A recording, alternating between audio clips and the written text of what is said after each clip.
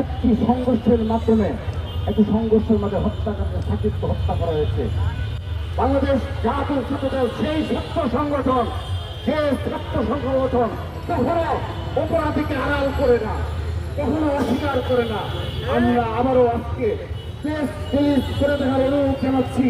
ছাত্রদল কেন্দ্রীয় সংসদের press release, আমরা প্রেস রিলিজের মাধ্যমে প্রশাসনকে অনুরোধ জানিয়েছি যে বা যারা এর সাথে জড়িত থাকুক আপনাদের ব্যবস্থা নিতে হবে। ব্যবস্থা না নিলে আমরা আপনাদের বিরুদ্ধে আন্দোলন করব।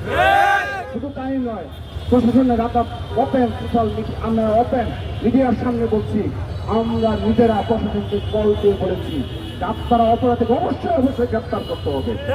কোন ছাত্রদল আর কখনো কোনোভাবে কোন অনাকাঙ্ক্ষিত ঘটনার মাধ্যমে যুক্ত হয়ে থাকে আমরা তা বরদাস্ত করবো না। এটি নতুন ধারার